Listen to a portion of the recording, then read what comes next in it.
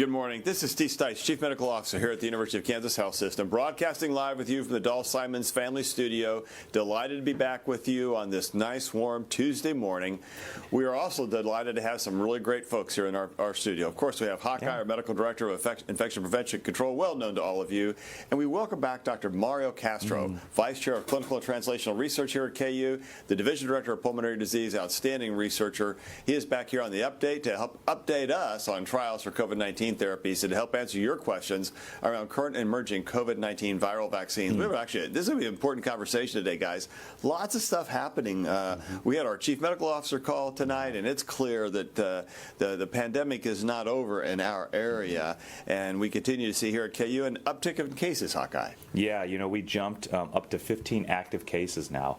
2 in the ICU and 1 on the ventilator, and then 7 additional in that recovery period. But, you know, Amanda Cackler was kind enough to go through those patients and tell us a little bit about them. So only 1 of our patients here that has an active infection is fully vaccinated. And we should note that that patient has actually been positive since December of 2020, very severely immunosuppressed. So when you say positive, they've never gotten rid of the virus, so the virus actually infected them before they were vaccinated. And they're still at least PCR positive, and so, but because of the intense immunosuppression that they have, they are considered active right now. They are still in isolation.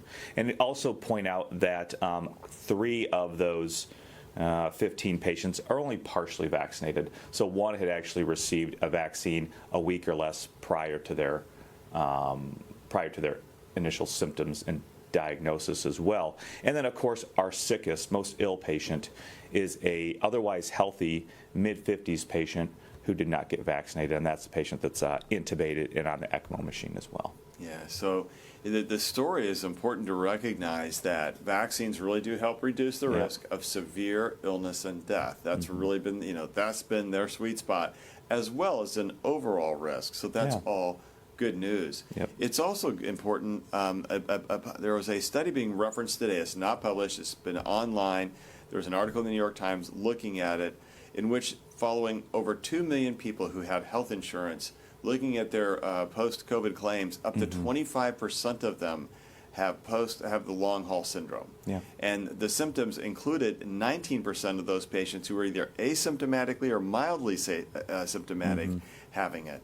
So once again, guys, proof that you need to get vaccinated in order to stay truly safe.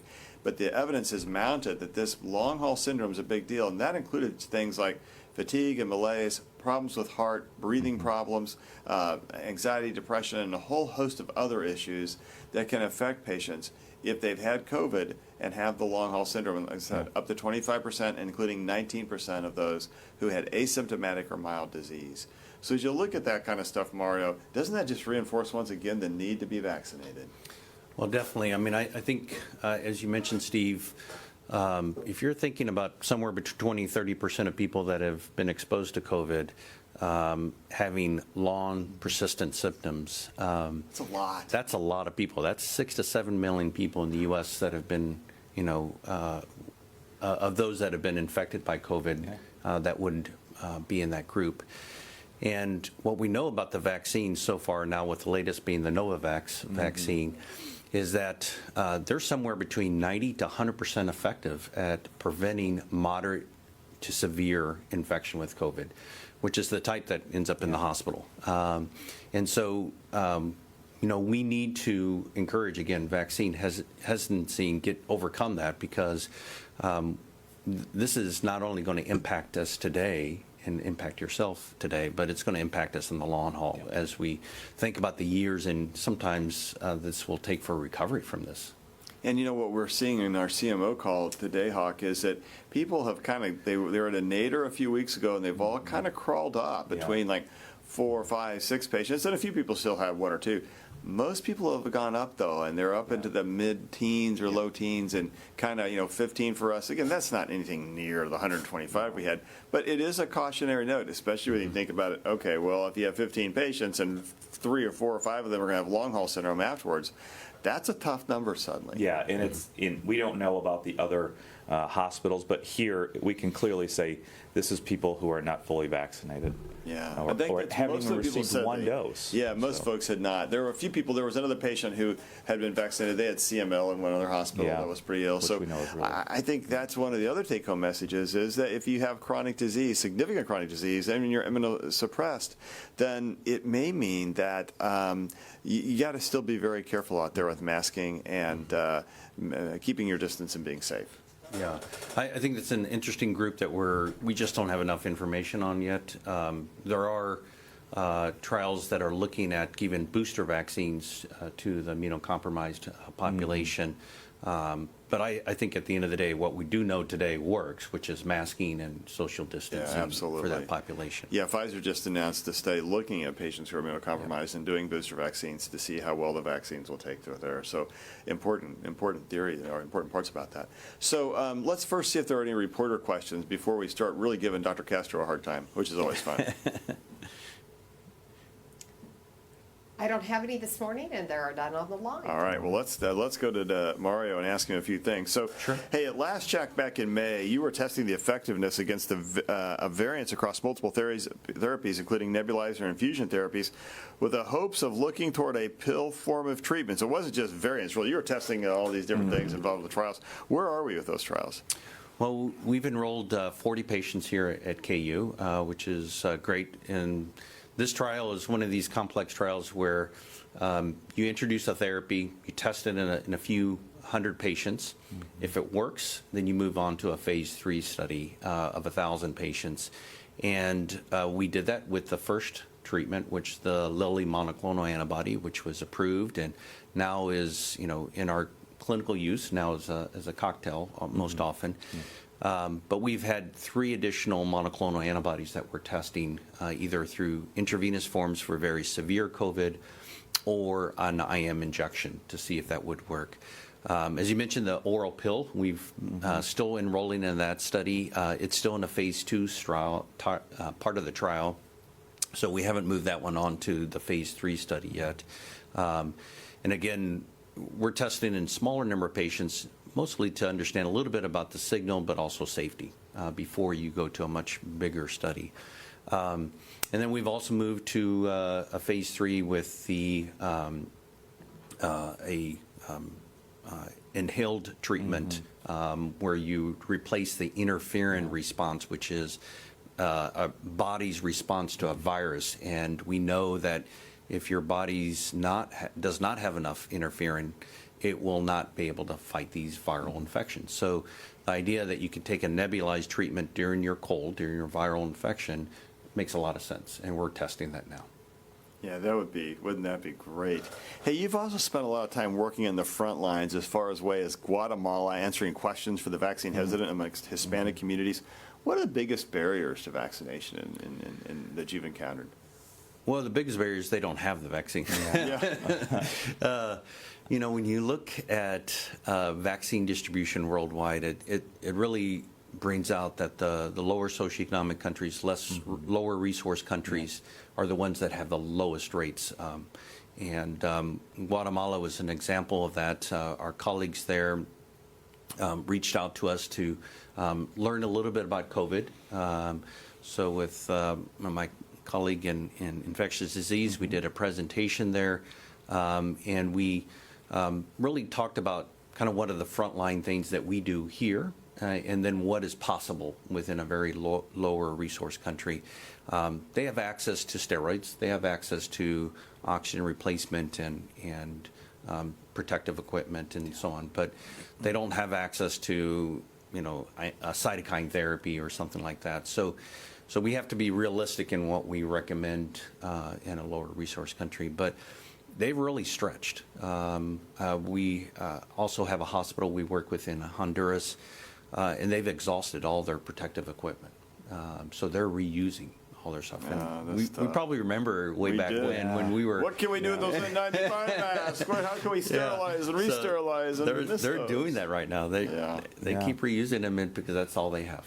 I think that emphasizes the point just how fortunate we are here in the United States, and it's almost a tragedy we have such a glut and a supply of vaccines that nobody wants to uptake. It is a tragedy. And we're watching it expire Yep. while in other countries they can't get vaccine and people are expiring. That is just wrong. And I do think we need to dig more efforts to try and distribute vaccine across the world, because that, in just a very selfish way, we can't be safe until the whole world's safe, Correct. right? I mean, that's the underlying problem with COVID-19, because variants can crop up anywhere when people continue to get infected. So here in the U.S., in the Hispanic communities, what do you think are the major reasons for vaccine hesitancy? Well, I think there are a number of reasons, and certainly part of it's just what we're doing today, which is communication. Where do they get their information? And so we've been out there on radio stations and in Spanish trying to get that information out there to the Hispanic population, and I think it's working. Actually, there's been an uptick. If you look at the new vaccinees, a greater percentage of those are Hispanic right now. So that's a positive message, that getting that message out there is working. I think the other thing is that, we think about often in minority populations that part of the barriers that they have to face, one is just simple transportation, and given a vaccine in a max vaccination tent, which is 20 miles from where they're living or working, just doesn't work for them. And so we have to be much more creative in terms of getting the vaccine in a mobile sense out to the community, and potentially providing transportation. Let's use the Ubers and the Lyfts and, getting these patients in that are really at a disadvantage in terms of access to that vaccination. So I think we just have to get very creative to increase the proportion of those patients. Maybe someday the state of Kansas will be like Vermont. We'll be up to 80%. I don't know. Isn't that, it is so cool, because it's pretty clear data now that, and the Washington Post actually published some data today, and they're not a medical organization, but they can go through the national databases and look and see that those states who have the higher vaccination rates of 80%, like Vermont, have a far lower hospitalization rate than states that don't have a very high vaccination rate, like the Deep South. And so, it's duh, but still, it's good to see the data affirm what we know: vaccinations work. Yeah. And we mentioned on the Hispanics, but I should also mention in African Americans, they have an even lower rate of vaccination. About 9% of vaccines given out there have been to African Americans. And, I think we have reached out to our community leaders to really get that message out there, and making sure that we think about where are they congregating, where are they socializing, and that's where we need to bring the vaccine. And I think it's going to be a tough go, but we have to do it because at the end of the day, they're disproportionately affected, and then we won't get over, we won't be able to open our doors until we get a significant proportion of our population vaccinated. Yeah, and I don't think we're going to see a surge like we saw last November when people weren't vaccinated and masking requirements had been lifted. People were back in school, and we saw kind of an explosion here and across our community, and we were in danger of beds and ICU beds, et cetera, and some communities were completely overwhelmed. But I do think we're going to see a rise in some chronic disease. If you ever said to me, okay, you got 15 influenza patients hospitalized, I'd say, okay, we're having a really busy season with influenza. And right now we have 15 people with COVID, and we're like, yeah, that's going to be our baseline until we get a lot of folks vaccinated. And when you look at the long haul syndrome things, you're like, oh my gosh, this is just not going to be easy. Because, influenza, you tend to be done, and within a few weeks, and you may have a little bit of symptoms for 6 weeks, but you tend to get over it and get better. Man, this COVID-19 stuff, it doesn't look like that's a story, guys. Thoughts? What's going on there? Yeah, I mean, that's what we've seen, and it affects healthy people. It's not just those people who have those chronic diseases as well, and it's not just people with severe disease.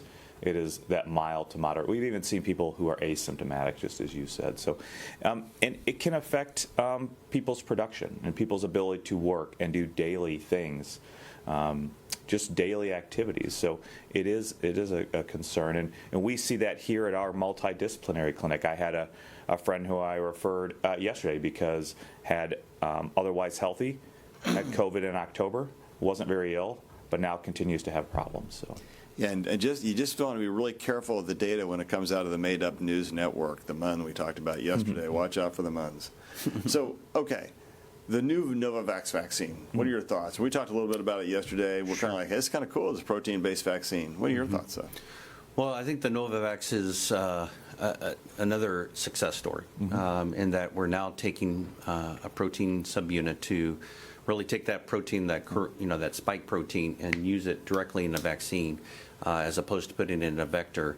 And we weren't sure if that was going to work. And it has worked in other vaccines, but we weren't sure if it was going to work for COVID. So this is really the first trial that shows that this is an effective strategy. They had an overall 90% efficacy rate preventing COVID infection, and 100% for moderate severe disease. And a very good side effect profile. Really, the most common side effects were the ones that were, common soreness in the muscle, little muscle fatigue, sore throat, headaches, and that only lasted 2 or 3 days in most other volunteers. So, again, very reassuring that we can use this vaccine as one of those options out there in the community. Yeah, I think that's encouraging and could be for the world because it doesn't have to be refrigerated. That's a major win for people, especially if some of the other vaccines may struggle a little bit with some of their efficacy. I think some of the come out of China and the Russian vaccines don't look as strong, and so this may be really And I think important. the other thing is the way it's produced. If there is that small subset of the population that has the moral objections due to production, this takes that out. So I think the more vaccines that we get that are very clearly safe and efficacious, like we do have here in the United States, the better, because it allows people those options. I know you wanted to talk a little bit about the asthma trial, but I have one more question for the two of you. Are you guys at all concerned about this myocarditis thing that's going to be that they've got 800 cases they're investigating associated with some of the mRNA vaccines? And myocarditis is inflammation of the heart muscle. Anything there, guys? So we recently reviewed that data for the mRNA vaccines made by both Pfizer and Moderna. So the things we're concerned about are myocarditis and pericarditis. We know that it does appear to occur following mRNA vaccines. The vast majority of cases were within a very short time frame of the vaccine, usually within about 3 days. Most common symptom that patients presented after receiving the vaccine was chest pain and shortness of breath after that. The incidence of the myocarditis and pericarditis was highest in the younger population. So it was adolescents and young adults. It was rarely seen beyond in the elderly population. So it's there. It's extremely rare, and it appears to be pretty self-limited. Of all the cases that have occurred, the vast majority of those cases have completely resolved. Over 80% of the cases, their symptoms have completely resolved. So it is something that we know the virus does, and that's why I always talk about patients when we talk about vaccine side effects. You also have to think about, well, what does the virus do? Well, it attacks the heart as well. And so, we're putting this vaccine out there. It does have this very rare side effect, but when you balance those risks with the benefit compared to getting a full-blown myocarditis and heart failure from COVID, we believe the vaccine is much more beneficial in that regard. Yeah, those were my points exactly. From what we do understand, it is transient. The people are never very ill. And we know that other viruses can cause it too. So I think we do need to investigate these cases and really elucidate what is going on and get all the details. But we also know other respiratory viruses, and I think I see 1 to 2 a year who are in the cardiac ICU or on the cardiac floor because they have had a respiratory virus, and now they have, a condition which they actually need hospitalization for and can be very ill. And that's not even COVID. That is just other respiratory viruses as well. So I think right now it looks like it's transient, not too significant or harmful, but I think it does lend to need to be investigated and really elucidate what are all the details about it.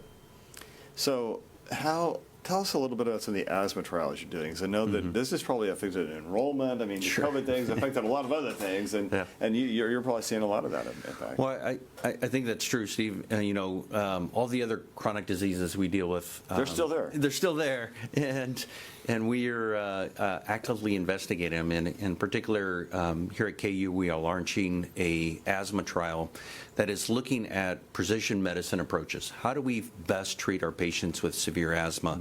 We have some great therapies out there, such as inhaled steroids and bronchodilators, but they don't work in everybody. And so what we're trying to do now is launch this study sponsored by the National Institutes of Health to evaluate 4 to 5 different treatments, new treatments for the treatment of severe asthma. So if you are particularly interested, we encourage you to contact Shelby. Her number is on the screen there, 913-574-3006. And Shelby will kind of go through our screening questions, tell you a little bit about the trial, and kind of refer you to one of our coordinators that will get you there. I think it's exciting. We're looking at nutritional treatments for severe asthma. We're looking at oral bacterial extracts. We're looking at inhaled therapy and injectable therapy. So we're looking at various different spectrums that are really not what are typical we are usually in practice right now, but trying to advance that. And certainly this pandemic has taken a hit on everybody, and it's taken a hit on our trials because people are a little hesitant sometimes, saying, oh, I'm not sure I want to go to the medical center. And so what we're trying to do is do the trials in a way that's very respectful of that, and that we do the initial characterization here, but then the rest of the trial is done at home. We can be very creative with iPads and other things that we can give our patients that participate in these trials, and let them do a portion of the trial at home and not have to come here. Okay. Oh, good. Well, hopefully, even though COVID didn't get rid of asthma, hopefully you're going to get rid of asthma with some of these great trials that you're doing. Well, Jill, let's see what questions are out there from the community today. Yeah, we have some. Okay, Mary wants to know, is your progress with the interferon therapy under active? Yes, so this is part of the Active 2 trial, and the interferon therapy that we're testing is made by a company called Synergen, and it's a nebulized treatment that you use on a daily basis for up to 14 days. And Mitch wants to know, are you still enrolling in those other trials? Yes, we're enrolling in Active 2. We're still enrolling in Active 1. So a number of trials to figure out best treatments. We have a lot of information about vaccines, but I was on the, seeing a patient in consult yesterday, and we used remdesivir and we used dexamethasone. But then you want to say, well, those aren't working after a week. What do you do now? And we don't have a lot of good options, Jill. So we need these trials to inform us what to do with our patients. Who do they call if they want to participate in that? Is that Christina? Yeah, so if you want to participate in the Active 2 trial, you would contact Christina at 913-588-3851. 588-3851. And again, having a positive COVID test within the last 10 days, having some symptoms, you can't be asymptomatic and participate in a COVID trial, and contact Christina, and we will get you into one of our trials. And I think, as you said, within 10 days, it is vitally important to do it sooner when you have symptoms and have that test in that active viral stage. Yep. Okay, really good. Laura says that she believes thousands are suffering from side effects of the vaccine. She thinks the vaccines are experimental, and she's especially worried about future side effects. How could you maybe help Christine? Yeah, we hear these Laura, questions. not Christine. Yeah, we Laura. hear these questions a lot, and it's that same kind of reverberation about, no, really, there are all these terrible things that are happening from vaccination. And all we can do is continue to reassure you, hey, we have no reason to cover this up because we just aren't. We're just not going to be dishonest about it. And so we tell you when we have problems and we don't. And we tell you when, we've gone through this morning our admissions about who's here and who's not here and who's getting sick and who's not getting sick. I mean, we go through the information every morning. That's why we try to dedicate the first part of this program to just telling you the truth about the data that's out there and whether we think it's good information or bad information. That's why we bring experts like Mario Castro and Dr. Paulin from Mayo and other the people onto the program, Dr. Pahood from Children's, and say, let's have an honest conversation about vaccination. We have no stake. I don't invest in drug companies. I don't invest in things like this because I don't want to have a conflict of interest. And so I don't accept any money from a drug company. I'm just telling you, we don't have a conflict of interest here. And what I can tell you is we've given 90,000 doses of vaccine. We track those patients.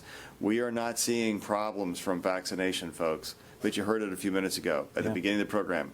25% of patients who get COVID are developing long-haul syndrome.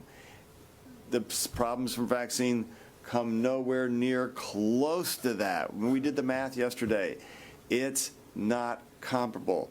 There is no cover-up. Do we still learn more all the time? Yeah, just like we talked about myocarditis. We're honest about that. 800 cases with myocarditis, post-mRNA vaccines. Tends to be very mild, tends to be very limited. We're going to take a hard look at it. There have been millions and millions and millions of doses of mRNA vaccines given, and 800 people have had something that's mild and goes away. COVID is not mild. It doesn't go away. And even if you think you are asymptomatic, you have a 20 to 25% chance of developing long-haul syndrome. There is no comparison here. We have to let go of the fear and the anxiety. Yeah. We have to embrace the science. Yeah, I mean, I think it's all about where you want to get your information. Are you getting it from Facebook posts and TikTok, or are you getting it from the FDA, the CDC, other physicians who know what they're talking about? I know that certainly if I got diagnosed with cancer, I'm not going to go to TikTok and look to see what somebody says about what do I do now and what do I get for chemotherapy. So I think you have to understand where is your source of information. There is absolutely no evidence about acute effects and lasting effects from the vaccine. We heard Dr. Pollan say multiple times on the show, any effects you get from these vaccines are going to be evident within probably 4 weeks. We haven't even seen it that long out. So, there's no evidence to suggest that you're going to have long-term effects that will continue, and there's no evidence to suggest that you will have effects that are going to start, a year or more after the vaccines. Dr. Castro, you have devoted your entire career in medicine to research, and you're an honest broker of data like that. You're straight, you're to the point, you're blunt about that. Talk to us. Do we need to be fearful about all these vaccine side effects being covered up? Well, I think I definitely have been out there talking about vaccines because we've been rolling this vaccine trial. And I can tell you, when I'm enrolling a patient, I'm very honest about what we have seen with the vaccines and what could we potentially occur in this vaccine. Even though that risk may be 1 in 10,000 or 1 in a million or greater, you still have to inform people, and that's what we do. And I think that's where the honesty comes across. Think about it. We have in this country been fortunate to vaccinate now over 175 million U.S. citizens. And so when you hear about these side effects, you have to put that in context. You can't just say, oh, I heard about this one person out there that had, shortness of breath after the vaccine or had some side effect that may or may not have been related to the vaccine. It could have been just because they were exposed to something. So, trust your doctors, trust your healthcare providers, and really, this message is out there that when we think about those side effects from vaccines, they're so extremely rare, the true ones that happen from the vaccine, that the benefits from this are outstanding. And I say to my patients that are hesitant, I said, I wish you could come on rounds with me and see some of our patients. I mean, they would tell you themselves, I'm suffering from this COVID, and I should have gotten my vaccine a long time ago. Yeah, gosh, folks, it does really work. Remember, when you're part of the made-up news network, what you are really listening to is the Ruries. That's my new one for the day. Ruri, the rumor reporters. Rumor reporters don't report facts, they report rumors. And the problem with rumors is they aren't scientific information. It's not stuff that's based in science. It's kind of like having your daughter come up or your kid come up and say, Dad, you don't have to be worried about that F and those D's I got on my grade cards because really I did great. I am wonderful. Oh, the data doesn't look so good here on now you're done at school. No, it's really great. People love me. I'm just great. Everything's wonderful. My teachers think I'm great. It's like, well, wait, you see that's made up, right? That's made up news. You just have to, at some level in life, you have to distinguish between that which is made up and that which is rumor reporters. Don't listen to the rumor reporters, because they're not going to guide you based on science. They're going to guide you based on fear. And what do you find in fear? What attracts us to fear? Anxiety, anger, political divisions. What is it? Fear is an ugly, ugly head. And instead, you have to face down fear and do our very best to listen to those things that we try to report honestly and truthfully every day. And that's what we're going to do. So I don't have a better answer than that, other than 90,000 shots. Oh man, we've given 90,000 vaccines here at KU, and we're just not seeing those terrible things that people are accusing vaccination of doing. It's because it's just not true. Just not true.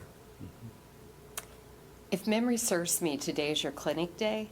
It is. We'll go a couple more minutes. Okay, so Kitty, which, by the way, thank you for the strawberry preserves. They are amazing. They are amazing. Yummy. Thank you. Yes. Yeah. We did like those. I do accept those gifts. Not from pharmaceuticals, however. No. Right. No, but it was amazing. Thank you very much. She says, why are the majority of the people at rural counties of Kansas hesitant to get the vaccine? She thinks it's because is it because they don't trust the science, she asks, or is it because they hit herd immunity? Because everybody's kind of had it, is what she's thinking. Maybe where she lives. Yeah, I don't know the answer. It's a great question. Vaccine hesitancy is not unique to rural communities. It's throughout the United States. We explored it a little while ago with Dr. Castro, and I think that I would be hesitant to think of it from a herd immunity standpoint that everybody's had it. I think, unfortunately, vaccine and not hesitancy has been to some degree associated with the political divisions in this country between very conservative and very liberal individuals. And I think there's some of that plays in. I'm sure there are people who believe that they've had it and they don't need to worry about it. I think there are people who don't believe that the virus is going to get them, in part because they live so far away and they may not from each other. They may just not know that many people who have had it and seen the effects of it. The problem is that, for example, in north central Missouri, in a couple of counties, there's a huge outbreak right now. And it is everywhere, and it doesn't care, the virus doesn't care what county you're in. And so eventually it will find you, and especially when you don't want to wear a mask, because it's just there. So I don't know of other reasons than that. I don't know, guys. What are your thoughts about that question? Well, I think you hit the point, is that people often say, well, it's not affecting me, or it's not affecting my neighbor, and therefore I don't need to worry about it. Yeah. And I think the message we can get out there is really, it may not affect you today, but it may affect you tomorrow, or it may affect your loved one. And so, you need to really proactively get out there and get your vaccine, and make everybody sure, not just yourself, but your family. I took care of a patient the other day, and it went through their household. It affected his daughter, who was pregnant. It affected his wife, and affected him, and he ended up in the hospital. And so, I said, the vaccine would have prevented all that if your family was protected. And so, I try to personalize it for my patients. I like to think, you may be hesitant for yourself, but do you really want to not protect your family members, your kids, your loved ones? So that's the only answer I would have. Yeah. No, and on the topic of the herd immunity or population immunity, especially if some of these people were, infected, say, before the first of the year or early in 2021, before some of these variants have come up and become predominant, we do understand that more than likely the immunity you get from vaccine is going to be more robust and last longer than disease immunity, especially if it was more mild or asymptomatic disease as well.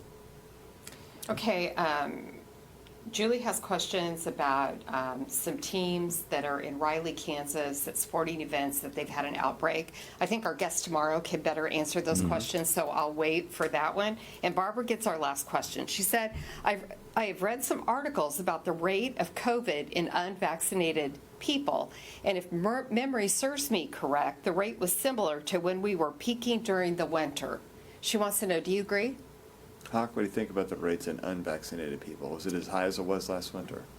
I don't know the full rates right now, but I would have to say, yes, from what we've seen in our hospital, we do understand that if you are unvaccinated, you are susceptible to the infection.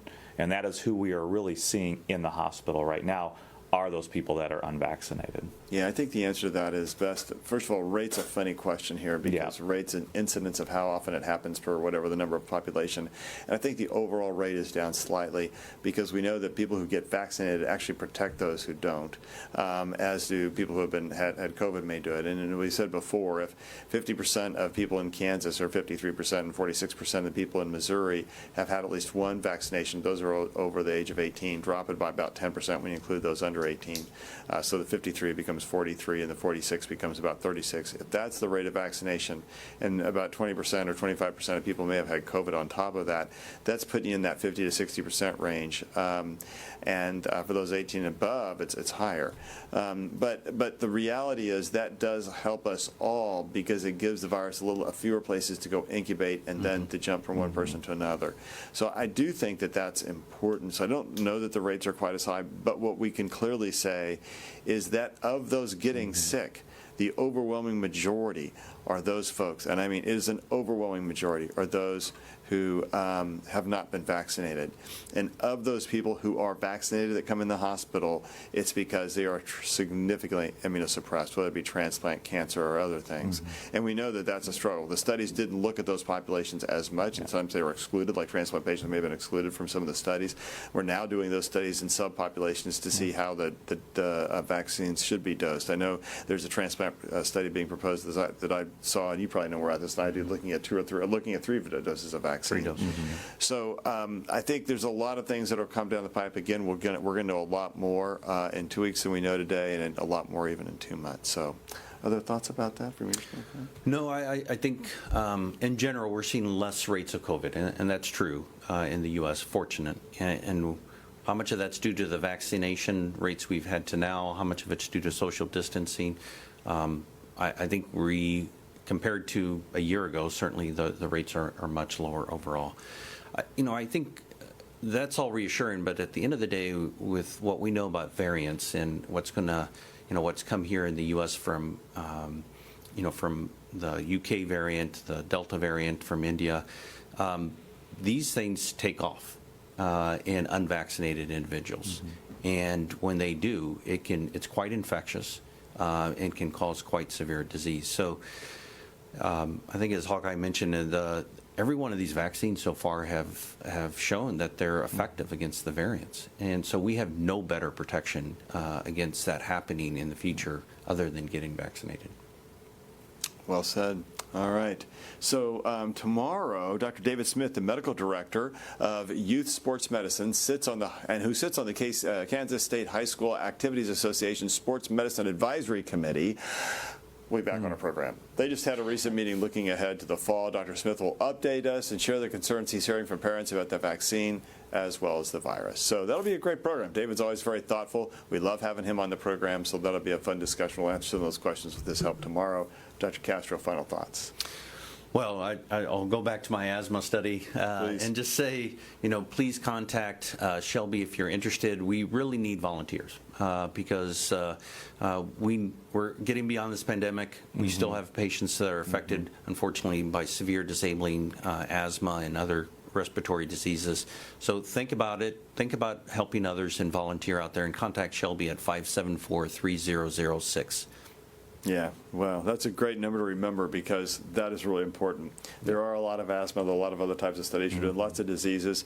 The more we participate in trials, the more the science can deliver great information and sometimes even help cure some diseases or come close to a cure, as in CF. So, Hawkeye? Yeah, please go get vaccinated. We do understand that as restrictions open up and people start to travel as they are now in the summer, and we saw this in Europe last year and a little bit here in the United States last year when there was some travel. We know there's a lot more now, and that if you're unvaccinated, you do pose that risk individually to yourself for risk of hospitalization and severe disease, but also bringing any variants or any virus back to your community and spreading it in your community as well. So please go get vaccinated so that you can have a safe summer and into the fall, as we will see tomorrow when we start fall sports for for our children. So what do you do when you're sick and tired of hearing about being sick and tired? So, I turn to Star Trek, of course, reference, Yeah. and Royals baseball, though it's not been quite as good recently, but we'll be back. Some football, a little sporting, and some comedy and things like that. What I would encourage you to not do is to stay away from, is to try and stay away from the made-up news network. I think people who just report rumors are not really helping us in trying to keep us really safe. Sometimes it's hard to know what those agendas are, but what we've tried to do in this program, and we continue to do, is to talk about the intersection of faith, hope, and science. But at the heart of each of those expressions is honesty and integrity, and we will rely on that to try and continue to bring you the information and the news that you can count on and believe in. Whether that news may be good news or sometimes whether it's bad news, we're still going to tell you the way it is, because we think ultimately that keeps you safe. We'll see you tomorrow.